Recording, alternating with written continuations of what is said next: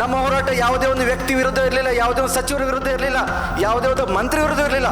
ನಮ್ಮ ಹೋರಾಟ ಈ ಒಂದು ಕೆಳಮಟ್ಟ ಸಿಸ್ಟಮ್ ಏನಿದೆ, ಈ ಒಂದು ಕರಪ್ಟ್ ಸಿಸ್ಟಮ್ ವಿರುದ್ಧ ನಮ್ಮ ಈ ಹೋರಾಟವನ್ನು ನಾವು ಆರಂಭಿಸಿದ್ವಿ. ಅನುಭೋಗ ಶುಲ್ಕ ಅಂತ 1ನೇ ತಾರೀಕಿಂದ ಮಾಡಿದಾರಲ್ಲ, ಆ ಆಸ್ಪತ್ರೆಯಲ್ಲಿ ತಿಂಗಳಿಗೆ 400 ಹೆರಿಗೆ ಆಗ್ತವೆ.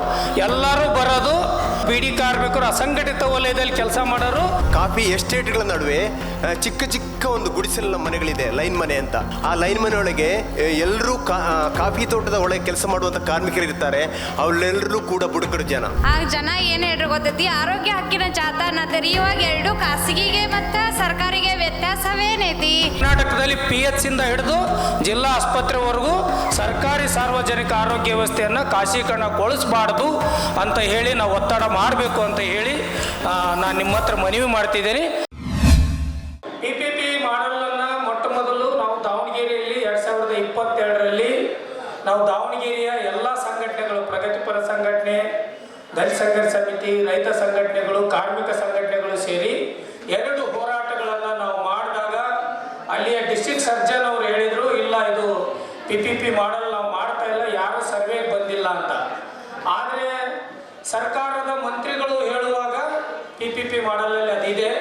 ಅದಾದಮೇಲೆ ಕೋಲಾರದಲ್ಲಿ ಹೋರಾಟ ನಡೀತು, ತುಮಕೂರಲ್ಲಿ ಹೋರಾಟ ನಡೀತು, ಬಿಜಾಪುರದಲ್ಲಿ ಲಾಂಗ್ ಟರ್ಮ್ 106 ದಿನ ಹೋರಾಟ ಮಾಡಿ ಒಂದಿಷ್ಟು ಜನ ಜೈಲಿಗೆ ಹೋಗಿ ಕೇಸ್ ಆಗಿದೆ, ಅದು ನಮ್ಮ ಕಣ್ಮುಂದಿದೆ.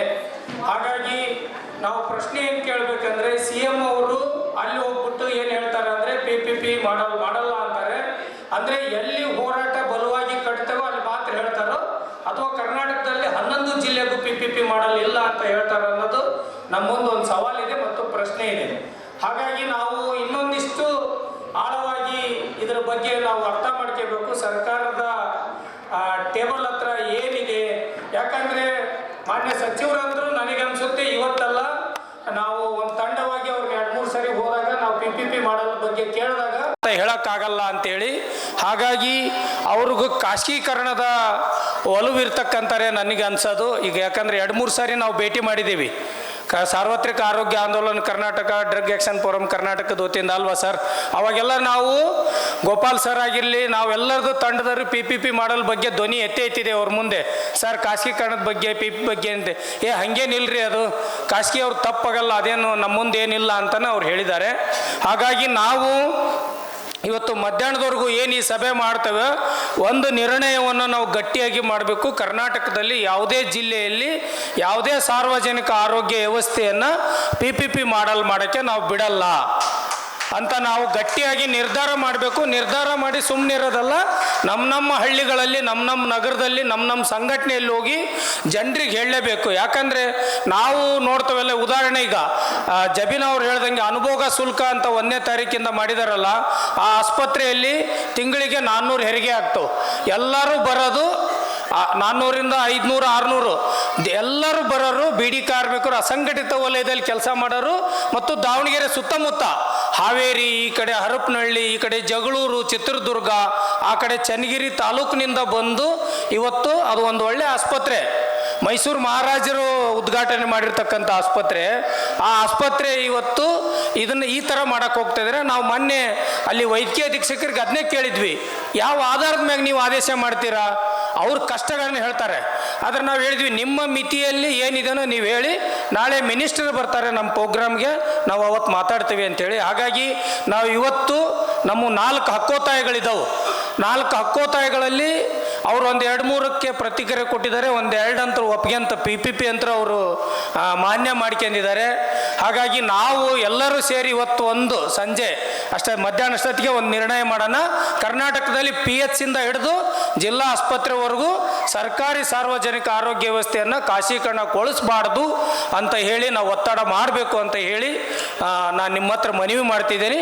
ನಾವು ಫೆಬ್ರವರಿ 3ನೇ ತಾರೀಕು ಬೆಳಗಾವಿಯಲ್ಲಿ ಆರೋಗ್ಯ ಹಕ್ಕಿನ ಜಾಥಾವನ್ನು ಸಂಪೂರ್ಣವಾಗಿ ಒಳ್ಳೆ ರೀತಿಯಿಂದ ಮಾಡಿದ್ವಿ. ಆದರೆ ನಾವು ಹಳ್ಳಿ ಜನಕ್ಕೆ ನಮ್ಮದು ಒಂದು ಆರೋಗ್ಯ ಹಕ್ಕಿನ ಜಾಥಾ ಐತಿ ಬರ್ರಿ ಅಂದಾಗ ಆಗ ಜನ ಏನು ಹೇಳ್ರಿ ಗೊತ್ತೈತಿ, ಆರೋಗ್ಯ ಹಕ್ಕಿನ ಜಾಥಾ ಅನ್ನತ್ತೀರಿ, ಇವಾಗ ಎರಡು ಖಾಸಗಿಗೆ ಮತ್ತು ಸರ್ಕಾರಿಗೆ ವ್ಯತ್ಯಾಸವೇನೈತಿ ಅಂತ ನಮಗೆ ಕ್ವಶನ್ ಮಾಡಿದ್ರು. ಅಂದರೆ ಇವಾಗ ಖಾಸಗಿಯಲ್ಲಿ ಏನೈತಿಲ್ಲ ಅದ ಸರ್ಕಾರಿಯಲ್ಲೂ ಆಗ್ತಾ ಇದೆ, ಇಲ್ಲೂ ಚೀಟಿ ಬರ್ಕೊಡ್ತಾ ಇದ್ದಾರೆ, ಅಲ್ಲಿ ಚೀಟಿ ಬರ್ಕೊಡ್ತಾರೆ, ನಮ್ಗೆ ಎರಡು ಒಂದೇ ಥರ ಅನಿಸ್ತಾ ಇದೆ. ಯಾವ ಹಕ್ಕನ್ನು ನಾವು ಪಡೆದುಕೊಳ್ಳೋಣ ಅಂತ ನಮಗೆ ಕ್ವಶನ್ ಮಾಡಿದ್ರು. ಆದರೆ ನಾವು ಈಗ ಹಂಗೆ ಮಾಡೋದು ಬೇಡ, ನಮ್ಮ ಹಕ್ಕನ್ನು ನಾವು ಪಡೆದುಕೊಳ್ಳೋಣ, ಅಲ್ಲಿ ನಮಗೆ ಚೀಟಿ ಕೊಡೋದು ಬೇಡ, ನಮ್ಗೆ ಒಳ್ಳೆ ರೀತಿಯಿಂದ ಚಿಕಿತ್ಸೆ ಸಿಗಬೇಕು. ಇವಾಗ ನಮ್ಮ ಪ್ರಾಥಮಿಕ ಕೇಂದ್ರದಾಗ ನಾವು ಹೋದ್ರೆ ನಮ್ಗೆ ಏನಾರ ನಾವು ರಕ್ತ ತಪಾಸಣೆ ಮಾಡ್ಬೇಕಂದ್ರೆ ಇದೇ ವಾರ ಬರ್ರಿ ಅಂತಾರ ಅವ್ರು. ಪ್ರತಿದಿನ ಪ್ರತಿ ವಾರದಲ್ಲಿ ಇದೇ ವಾರ, ಇವತ್ತು ಮಂಗಳವಾರದ ದಿನದಂದೇ ರಕ್ತ ತಪಾಸಣೆ ಇರುತ್ತದೆ, ಮತ್ತು ಬುಧವಾರ ಇರಂಗಿಲ್ಲ. ಅದು ನಮಗೆ ನಮ್ದು ಹಳ್ಳಿ ಕಡೆ ಎಲ್ಲ ರೈತರು ಇರ್ತಾರೆ. ಇವಾಗ ನಾವು ಇಷ್ಟ ತನಕ ಮಾತಾಡಿದ್ದೆಲ್ಲ ಜಿಲ್ಲೆ ಪರವಾಗಿ, ಆದ್ರೆ ಹಳ್ಳಿಯಲ್ಲಿ ಕೂಲಿ ಕಾರ್ಮಿಕರು ಅವ್ರಿಗೆ ಇದೇ ಥರ ಟೈಮ್ ಇರುತ್ತೆ ಅಂತ ಇಲ್ಲ. ಅವರು ರಾತ್ರಿನೂ ಬರ್ಬೋದು, ಹಗಲಿನೂ ಬರ್ಬೋದು. ಅವ್ರ ಅನುಕೂಲಕ್ಕಾಗಿ ಅವರು ಗೋರ್ಮೆಂಟ್ ಹಾಸ್ಪಿಟ್ಲಿಗೆ ಹೋಗ್ತಾರೆ, ಆದ್ರೆ ಗೋರ್ಮೆಂಟ್ ಅವ್ರಿಗೆ ಸರಿಯಾದ ಚಿಕಿತ್ಸೆಯನ್ನೇ ಕೊಡಂಗಿಲ್ಲ. ಅದೇ ಥರ ಈಗ ನಾವು ಜಾಗೃತ ಮಹಿಳಾ ಒಕ್ಕೂಟದಿಂದ ಡಾಕ್ಟರ್ ಗೋಪಾಲ್ ಸರ್ ಅವ್ರ ಅನುಮತಿ ಪಡ್ಕೊಂಡು ಪ್ರತಿ ತಿಂಗಳನ್ನು 30ನೇ ತಾರೀಕಿಗೆ ಆರೋಗ್ಯ ತರಬೇತಿ ಅಂತ ಹಮ್ಮಿಕೊಳ್ಕೋತೀವಿ. ಪ್ರತಿ ತಿಂಗಳಲ್ಲಿ ಪ್ರತಿ ಒಂದು ಹಳ್ಳಿಗೆ ಹೋಗಿ ಗರ್ಭಿಣಿ, ಬಾಣತಿ, ಆಶಾ ಕಾರ್ಯಕರ್ತರು, ಮಕ್ಕಳು ಇಂಥವ್ರನ್ನೆಲ್ಲ ಸೇರಿಸಿ ಒಂದು ಆರೋಗ್ಯ ತರಬೇತಿಯನ್ನು ಮಾಡುತ್ತೇವೆ. ಆ ಮಾಡೋದ್ರ ಮೂಲಕ ಹಳ್ಳಿ ಜನಕ್ಕೆ ಸರ್ಕಾರಿ ಆಸ್ಪತ್ರೆಯಲ್ಲಿರುವ ಸೌಲಭ್ಯಗಳನ್ನು ದೊರಕಿಸ್ಕೊಳ್ಳೋದು ಹೇಗಂತ ನಾವು ಅವರಿಗೆ ತಿಳಿಸಿಕೊಡುತ್ತೇವೆ. ಇಷ್ಟು. ಪದವಿ ಮತ್ತು ಡಿಪ್ಲೊಮಾ ಮುಗಿಸಿದ ಯುವಜನರ ಪಾಲಿಗೆ ಯುವ ನಿಧಿ ಯೋಜನೆಯು ಬಲ ತುಂಬಿದೆ. ಈವರೆಗೆ ಸುಮಾರು 3,08,000ಕ್ಕೂ ಅಧಿಕ ಯುವಜನರಿಗೆ ಉದ್ಯೋಗದ ಕನಸಿಗೆ ನೀರೆರೆಯುತ್ತಿದೆ. ಕೌಶಲ್ಯ ವೃದ್ಧಿ, ಉದ್ಯೋಗ ಹುಡುಕಿಕೊಳ್ಳಲು ಹೊಸ ಆಶಾವಾದದ ಆತ್ಮಸ್ಥೈರ್ಯ ಬಿತ್ತುತ್ತಿದೆ. ನಾವು ನುಡಿದಂತೆ ನಡೆದಿದ್ದೇವೆ, ನಿಮ್ಮ ಪ್ರೀತಿ ವಿಶ್ವಾಸವನ್ನ ಉಳಿಸಿಕೊಂಡಿದ್ದೇವೆ. ಗ್ಯಾರಂಟಿ ಸರ್ಕಾರಕ್ಕೆ 1000 ದಿನಗಳು, ನನಸಾಗಿದೆ ಕೋಟಿ ಕನಸುಗಳು. ಮತ್ತು ನಮ್ಮ ಜಿಲ್ಲೆಗೆ 2 ಸಚಿವರಿದ್ದಾರೆ. ಅದರಲ್ಲಿ ಇಬ್ರು ಕೂಡ ಪ್ರಭಾವಿ ಸಚಿವರು. ಒಬ್ರು MB ಪಾಟೀಲ್ರು, ಇನ್ನೊಬ್ರು ಶಿವಾನಂದ ಪಾಟೀಲ್ರು ಹಿಂದಿನ ಒಂದು ಸರ್ಕಾರದಾಗ ಆರೋಗ್ಯ ಮಂತ್ರಿ ಆಗಿದ್ರು. MB ಪಾಟೀಲ್ ಕೂಡ ಅವ್ರದೇ ಸ್ವಂತ ಒಂದು BID ಮೆಡಿಕಲ್ ಕಾಲೇಜ್ ಬಿಜಾಪುರದಲ್ಲಿ.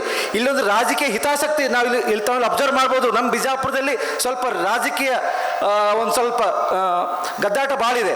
ಹೀಗಾಗಿ ಈ ಒಂದು ರಾಜಕೀಯ ಒಂದು ವ್ಯಕ್ತಿಗಳಿಂದ ನಮ್ಮ ಜಿಲ್ಲೆಯಲ್ಲಿ ಈ ಒಂದು ಸರ್ಕಾರಿ ವೈದ್ಯಕೀಯ ಕಾಲೇಜ್ ಬರೋದನ್ನು ಕೈ ತಪ್ತಾ ಇತ್ತು. ಆದರೂ ಕೂಡ ನಾವು ಯಾರಿಗೂ ನಮ್ಗೆ ಎಷ್ಟೇ ಒತ್ತಡ ಬಂತು, ಎಷ್ಟೇ ನಮ್ಮ ಶಾಸಕರು ಒತ್ತಡ ಹಾಕಿದ್ರು, ಪೊಲೀಸ್ ಇಲಾಖೆಯಿಂದ ಒತ್ತಡ ಬಂತು, ಯಾವುದೇ ಒತ್ತಡಕ್ಕೂ ನಾವು ಬಗ್ಲಿಲ್ಲ. 106 ದಿನ ನಾವು ಹೋರಾಟ ಮಾಡಿದ್ವಿ. ಕೊನೆಗೆ ಮುಖ್ಯಮಂತ್ರಿ ಹತ್ರ ಕೂಡ ಹೋದ್ವಿ, ಮನವಿ ತಗೊಂಡು, ಸರ್ ನಮಗೆ PPP ಮೆಡಿಕಲ್ ಕಾಲೇಜ್ ಬೇಡ, ನಮ್ಮ ಜಿಲ್ಲೆಗೆ ಸಂಪೂರ್ಣವಾಗಿ ಸರ್ಕಾರಿ ವೈದ್ಯಕೀಯ ಕಾಲೇಜ್ ಬೇಕು ಅಂತೇಳಿ ನಾವು ಮುಖ್ಯಮಂತ್ರಿ ಮುಂದೆ ಹೇಳಿದ್ವಿ. ಮುಖ್ಯಮಂತ್ರಿ ಹೇಳ್ತಾರೆ, ನಮ್ಮ ಹತ್ರ ದುಡ್ಡಿಲ್ಲ, ಸರ್ಕಾರಿ ಗೌರ್ಮೆಂಟ್ ಮೆಡಿಕಲ್ ಕಾಲೇಜ್ ಮಾಡೋಕ್ಕೆ ನಮ್ಮ ಹತ್ರ ದುಡ್ಡಿಲ್ಲ ಅಂತ ಹೇಳಿದಾಗ ನಾವೇನು ಪ್ರಶ್ನೆ ಮಾಡಿದ್ವಿ, ಆಯಿತು ಸರ್ ನಿಮ್ಮ ಹತ್ರ ದುಡ್ಡಿಲ್ಲ ಅಂತ ಹೇಳ್ತಿರಲ್ಲ, ಕನಕಪುರ ಒಂದು ತಾಲೂಕು ಪ್ರದೇಶ, ಅಲ್ಲಿ ಯಾಕೆ ನೀವು ಬಜೆಟ್ನಲ್ಲಿ ಗೌರ್ಮೆಂಟ್ ಮೆಡಿಕಲ್ ಕಾಲೇಜ್ ಘೋಷಣೆ ಮಾಡಿದ್ರಿ? ಹಾವೇರಿಯಲ್ಲಿ ಯಾಕೆ ನೀವು ಘೋಷಣೆ ಮಾಡಿದ್ರಿ? ಬಾಗಲಕೋಟೆಯಲ್ಲಿ ಗೌರ್ಮೆಂಟ್ ಮೆಡಿಕಲ್ ಕಾಲೇಜ್ ಯಾಕೆ ಅನೌನ್ಸ್ ಮಾಡಿದ್ರಿ? ಅಂದರೆ ನಿಮಗೆ ಅಲ್ಲೆಲ್ಲ ದುಡ್ಡಿದೆ, ಬಿಜಾಪುರ ಜಿಲ್ಲೆಯಲ್ಲಿ ಮಾತ್ರ ದುಡ್ಡಿಲ್ವಾ ನಿಮಗೆ ಅಂತ ಪ್ರಶ್ನೆ ಮಾಡಿದಾಗ ಏನಂತಾರೆ ಮುಖ್ಯಮಂತ್ರಿ ಅವರು, ನೋಡಿ ಸಾಮಾನ್ಯ ವ್ಯಕ್ತಿ ಕೂಡ ಆ ಥರ ಮಾತಾಡೋಂಗಿಲ್ಲ, ಆ ಥರ ಒಂದು ಮುಖ್ಯಮಂತ್ರಿ ಅವರು ಒಂದು ರೆಸ್ಪಾನ್ಸ್ ಇತ್ತು. ಏನು ಹೇಳ್ತಾರೆ ಅಂತಂದರೆ, ಆಯಿತು ಬಿಡಿ ಅಲ್ಲೂ ಕ್ಯಾನ್ಸಲ್ ಮಾಡ್ತೀನಂತೆ. ಸೊ ಈ ಥರ ಒಂದು ಮುಖ್ಯಮಂತ್ರಿ ಅವ್ರ ಬಾಯಿಂದ ಬಂದಂಥ ಮಾತುಗಳು. ನಾವು ಹೇಳಿದ್ವಿ, ಸರ್ ಬೇರೆ ಜಿಲ್ಲೆಯಲ್ಲಿ ಕ್ಯಾನ್ಸಲ್ ಮಾಡಿ ಅಂತ ನಾವು ಹೇಳ್ತಾ ಇಲ್ಲ, ಬೇರೆ ಜಿಲ್ಲೆಯಲ್ಲೂ ಮಾಡಿ, ನಮ್ಮ ಜಿಲ್ಲೆಯಲ್ಲೂ ಮಾಡಿ. ಯಾಕೆ ನಮ್ಮ ಜಿಲ್ಲೆ ಏನು ಪಾಪ ಮಾಡಿದೆ? ನಿಮಗೆ ಬೇರೆ ಜಿಲ್ಲೆಗಳಿಗೆ ದುಡ್ಡಿದೆ, ಬಿಜಾಪುರ ಜಿಲ್ಲೆ ದುಡ್ಡಿಲ್ಲ ಅಂತ ಕೇಳಿದಾಗ ಅವರು ಈ ಥರ ಒಂದು ಹಾರೈಕೆ ಉತ್ತರ ಕೊಟ್ಟರು. ಆದರೂ ನಾವು ಬಿಡಲಿಲ್ಲ, ಮತ್ತೆ ವಾಪಸ್ ಬಂದು ನಮ್ಮ ಹೋರಾಟ ತೀವ್ರ ನಡೆಸಿದಾಗ ಅಧಿವೇಶನ ಬರ್ತಾ ಇತ್ತು, ಬೆಳಗಾವಿ ಅಧಿವೇಶನದಲ್ಲಿ ಪ್ರತಿಯೊಬ್ಬರು ಚರ್ಚೆ ಮಾಡಿ ಅಂತೇಳಿ ಮತ್ತೊಮ್ಮೆ ಎಲ್ಲ ಶಾಸಕರಿಗೆ, ಸಚಿವರಿಗೆ ಮನವಿ ಕೊಟ್ವಿ. ಅಧಿವೇಶನದಲ್ಲಿ ಚರ್ಚೆ ಮಾಡಿ ಸರ್, ನಮ್ಮ ಜಿಲ್ಲೆಗೆ ಬೇಕಾದಂಥ ಈ ಒಂದು ಸರ್ಕಾರಿ ವೈದ್ಯಕೀಯ ಕಾಲೇಜ್ ಬಗ್ಗೆ ತಾವು ಮಾತಾಡಬೇಕು, ತಾವು ಧ್ವನಿ ಎತ್ತಬೇಕು ಅಂತ ಹೇಳಿದಾಗ ಕೇವಲ ಒಬ್ಬರಿಬ್ಬರು ಅಷ್ಟೇ ಮಾತ್ರ ಇಲ್ಲಿ ಧ್ವನಿ ಎತ್ತಿದ್ರು, ಉಳ್ಕಿದ್ರೆ ಯಾರು ಧ್ವನಿ ಎತ್ತಿಲ್ಲ. ಸೊ ಆದರೂ ಕೂಡ ನಮ್ಮ ಹೋರಾಟ ಬಿಡಲಿಲ್ಲ. 106ನೇ ದಿನ MB ಪಾಟೀಲ್ ಸಚಿವರ ಮನೆ ಮುಂದೆ ಒಂದು 2 ಗಂಟೆ ಪ್ರತಿಭಟನೆ ಮಾಡಿ ಅವರಿಗೆ ಮನವಿ ಕೊಟ್ಟು ಹೋಗಬೇಕು ಅಂತ ಪ್ಲ್ಯಾನ್ ಇತ್ತು. ಅವ್ರ ಮನೆಗೆ ಹೋಗ್ಲಾರ್ದಂಗೆ ತಡೆದು, ಪೊಲೀಸ್ ಇಲಾಖೆ ನಮ್ಮನ್ನು ತಡೆದು ನಮ್ಮ ಮೇಲೆ ಸುಳ್ಳು ಕೇಸ್ ಹಾಕಿ ಸುಮಾರು 27 ಜನ ಹೋರಾಟಗಾರರ ಮೇಲೆ ಸುಳ್ಳು ಕೇಸ್ ದಾಖಲೆ ಮಾಡಿದ್ರು. ಸುಮಾರು 27 ಜನರ ಮೇಲೆ FIR ಮಾಡಿದ್ರು. ಆ ಒಂದು 27 ಜನರಲ್ಲಿ 6 ಜನಕ್ಕೆ ಜೈಲಿಗೆ ಕಟ್ಟಿದ್ರು. ಅದರಲ್ಲಿ ನಾನು ಕೂಡ ಒಬ್ಬ 15 ದಿವಸ ಜೈಲಲ್ಲಿದ್ದೆ. ನನ್ನ ಜೊತೆ ಇನ್ನಿಬ್ಬರು ಬಂದಿದ್ದಾರೆ, ಹಿರಿಯ ಹೋರಾಟಗಾರ ಅರವಿಂದ್ ಕುಲಕರ್ಣಿ ಅವರು, ಸಿದ್ದರಾಮಯ್ಯವರು. ಇವರು ಕೂಡ ನಮ್ಮ ಜೊತೆಯಲ್ಲಿ 15 ದಿನ ಜೈಲಲ್ಲಿದ್ವಿ, ಸುಮಾರು 14 ದಿನ ಜೈಲಲ್ಲಿದ್ವಿ. ಯಾವುದಕ್ಕೂ ಅದರಲ್ಲಿಲ್ಲ, ನಾವು ಲಾಠಿ ಏಟಿಗೂ ರೆಡಿ ಇದ್ವಿ, ಜೈಲಿಗೆ ಹೋಗಕ್ಕೂ ರೆಡಿ ಇದ್ವಿ. ಇಷ್ಟು ನಾವು ಗಟ್ಟಿಯಾಗಿ ಕೂತಿದ್ದೀವಿ ಅಂತೇಳಿ ನಮ್ಮ ಹೋರಾಟ ಸಕ್ಸಸ್ ಆಗಿದೆ. ಮೊನ್ನೆ ಹಾವೇರಿಯಲ್ಲಿ ಮುಖ್ಯಮಂತ್ರಿ ಬಂದಾಗ ಇದೇ ಒಂದು PPP ಮಾದರಿಯಲ್ಲಿ ಮಾಡುವಂಥ ಒಂದು ಮೆಡಿಕಲ್ ಕಾಲೇಜನ್ನು ರದ್ದು ಮಾಡಿ ವಿಜಯಪುರದಲ್ಲಿ ಸಂಪೂರ್ಣವಾಗಿ ಸರ್ಕಾರಿ ವೈದ್ಯಕೀಯ ಕಾಲೇಜ್ ನಾವು ಸ್ಥಾಪನೆ ಮಾಡ್ತೀವಿ ಅಂತ ಘೋಷಣೆ ಮಾಡಿದ್ರು. ಅಷ್ಟೇ ಅಲ್ಲದೆ 9 ತಾರೀಕಿಗೆ ವಿಜಯಪುರಕ್ಕೆ ಬಂದಾಗ ಮುಖ್ಯಮಂತ್ರಿಯವರು ಮತ್ತೊಮ್ಮೆ ನಾನು ವಿಜಯಪುರದಲ್ಲಿ PPP ಕೈ ಬಿಡ್ತಾ ಇದ್ದೀವಿ, ಸರ್ಕಾರಿ ವೈದ್ಯಕೀಯ ಕಾಲೇಜನ್ನೇ ಮಾಡ್ತೀವಿ ಅಂತ ಮತ್ತೊಮ್ಮೆ ಘೋಷಣೆ ಮಾಡಿದ್ರು. ಸೊ ಹೀಗಾಗಿ ನಮ್ಮ ಜಿಲ್ಲೆಯಲ್ಲಿ ಇದು ನಮ್ಮ ಹೋರಾಟಗಾರರ ಗೆಲುವು ಜೊತೆಗೆ ನಮ್ಮ ಜಿಲ್ಲೆಯ ಜನತೆಯ ಇದು ಒಂದು ಗೆಲುವು ಅಂತ ನಾನು ಹೇಳ್ತೀನಿ. ಇದು ಕೇವಲ ಒಬ್ಬರಿಬ್ಬರ ಹೋರಾಟ ಅಲ್ಲ, ನಮ್ಮ ಜಿಲ್ಲೆಯ ಜನತೆ ಸುಮಾರು ಸಂಘಟನೆಗಳು ನಮ್ಮ ಈ ಒಂದು ಹೋರಾಟಕ್ಕೆ ಕೈ ಜೋಡಿಸಿದ್ರು. ಆದರೂ ಕೂಡ ಈ ಒಂದು ದಪ್ಪ ಚರ್ಮದ ಸರ್ಕಾರ ಅಂತ ಏನು ಹೇಳ್ತೀವಿ ನಾವು, ದಪ್ಪ ಚರ್ಮದ ಸರ್ಕಾರ ನಮ್ಮ ಮಾತನ್ನು ಕೇಳ್ತಾ ಇರಲಿಲ್ಲ. ಆದರೂ ಒಬ್ಬ ಸಾಮಾನ್ಯ ವ್ಯಕ್ತಿಗಳಾಗಿ ನಾವು ಈ ಕೋಟ್ಯಾಧೀಶರ ವಿರುದ್ಧವಾಗಿ ನಾವು ಹೋರಾಟ ಮಾಡಿದ್ವಿ. ನಮ್ಮ ಹೋರಾಟ ಯಾವುದೇ ಒಂದು ವ್ಯಕ್ತಿ ವಿರುದ್ಧ ಇರಲಿಲ್ಲ, ಯಾವುದೇ ಒಂದು ಸಚಿವರ ವಿರುದ್ಧ ಇರಲಿಲ್ಲ, ಯಾವುದೇ ಒಂದು ಮಂತ್ರಿ ವಿರುದ್ಧ ಇರಲಿಲ್ಲ. ನಮ್ಮ ಹೋರಾಟ ಈ ಒಂದು ಕೆಳಮಟ್ಟ ಸಿಸ್ಟಮ್ ಏನಿದೆ, ಈ ಒಂದು ಕರಪ್ಟ್ ಸಿಸ್ಟಮ್ ವಿರುದ್ಧ ನಮ್ಮ ಈ ಹೋರಾಟವನ್ನು ನಾವು ಆರಂಭಿಸಿದ್ವಿ. ಸೊ ಹೀಗಾಗಿ ನಮ್ಮ ವಿಜಯಪುರ ಜಿಲ್ಲೆಯಲ್ಲಿ ನಡೆದಂಥ ಹೋರಾಟ ತುಂಬ ಒಂದು ಐತಿಹಾಸಿಕ.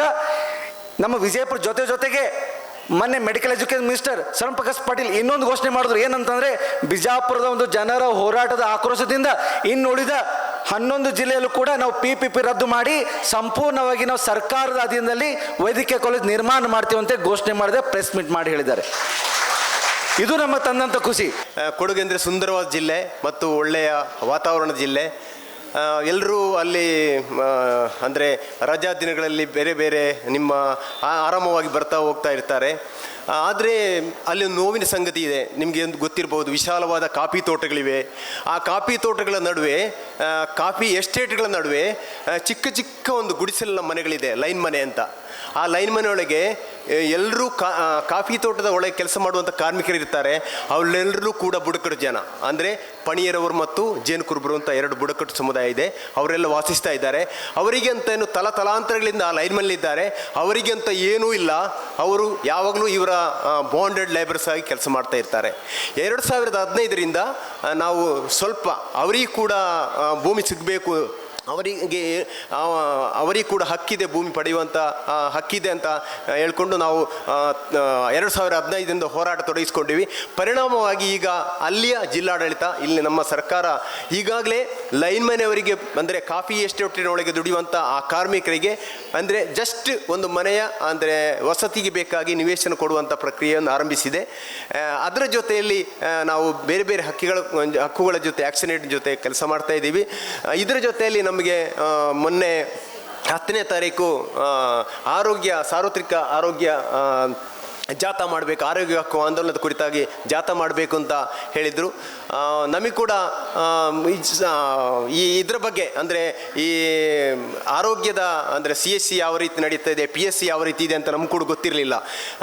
ಮೊದಲನೇದಾಗಿ ನಾವು ಇದರ ಸಂಘಟನೆ ಅದು ಆಲೋಚನೆ ಮಾಡಿದಾಗ ಈ ರೀತಿಯ ಸ್ಥಿತಿ ಗೋಣಿಕೊಪ್ಪ PSCಯಲ್ಲಿದೆ, ಅದೇ ರೀತಿ ವಿರಾಜಪೇಟೆ CSCಯಲ್ಲಿದೆ, ಜಿಲ್ಲಾಸ್ಪತ್ರೆಯಲ್ಲಿ ಕೂಡ ಮಡಿಕೇರಿಯಲ್ಲಿ ಈ ರೀತಿ ಇದೆ ಅಂತ ಕೇಳ್ಕೊಂಡಾಗ ತಿಳಿದಾಗ ನಮಗೆ ತುಂಬ ಇದಾಯಿತು. ನಾವು ಇದರಲ್ಲಿ ಜೋಡಿಸ್ಕೊಂಡು ನಾವು ಕೂಡ ಏನೋ ತೊಡಗಿಸ್ಕೊಳ್ಬೇಕು ಅಂತ ಮೊನ್ನೆ 10ನೇ ತಾರೀಕಿಗೆ ನಾವು ಪ್ರೆಸ್ ಮೀಟ್ ಮಾಡಿದ್ದೀವಿ. ಅದೇ ರೀತಿ ಜಾಥಾ ಮಾಡಿ ನಮ್ಮ ಮಾನ್ಯ ಮುಖ್ಯಮಂತ್ರಿಯವರಿಗೆ ನಮ್ಮ ಜಿಲ್ಲಾಧಿಕಾರಿ ಮೂಲಕ ನಾವು ಮನವಿಯನ್ನು ಕಳಿಸಿಕೊಟ್ಟಿದ್ದೀವಿ. ನಮ್ಮ ಕೊಡಗಿನಲ್ಲಿ ಎಲ್ಲ CSC ಆಗಲಿ PSC ಆಗಲಿ ಗೌರ್ಮೆಂಟ್ ಸರ್ಕಾರಿ ಆಸ್ಪತ್ರೆ ಆಗಿ ಅಲ್ಲಿ ಹೋಗುವಂಥವ್ರು ಅಲ್ಲಿಯ ಮಾಲೀಕರಲ್ಲ, ಅಲ್ಲಿಯ ಕಾರ್ಮಿಕರು ಅಂತ ನಾವು ಹೇಳಿಕೊಂಡಿದ್ದೀವಿ. ಆ ಕಾರ್ಮಿಕರು ಬೇಕಾಗಿ ಕಾರ್ಮಿಕರಿರುವಾಗ ಅಲ್ಲಿ ಚೀಟಿ ಬರೆದು ಕೊಡುವಂಥದ್ದು ವ್ಯವಸ್ಥೆ, ಯಾವುದೇ ವ್ಯವಸ್ಥೆ ಕೂಡ ಆಗಬಾರ್ದು ಇನ್ನು ಮುಂದಕ್ಕೆ ಅಂತ ಹೇಳಿಕೊಂಡಿದ್ದೀವಿ. ಅದೇ ರೀತಿ ಮಾನ್ಯ ಮುಖ್ಯಮಂತ್ರಿಯವರಿಗೆ ಕಳಿಸಿಕೊಡ್ಬೇಕು ಅಂತ ಹೇಳಿಕೊಂಡು ನಾವು ಮನವಿ ಮಾಡಿದ್ದೀವಿ. ಮತ್ತಷ್ಟು ವಿಶೇಷ ವಿಡಿಯೋಗಳನ್ನು ನೋಡಲು ಮತ್ತು ಹೊಸ ವಿಡಿಯೋಗಳ ಬಗ್ಗೆ ತಿಳಿಯಲು ಈ ದಿನ .com ಯೂಟ್ಯೂಬ್ ಚಾನೆಲ್ ಸಬ್ಸ್ಕ್ರೈಬ್ ಮಾಡಿ ಮತ್ತು ಬೆಲ್ ಐಕಾನ್ ಕ್ಲಿಕ್ ಮಾಡಿ.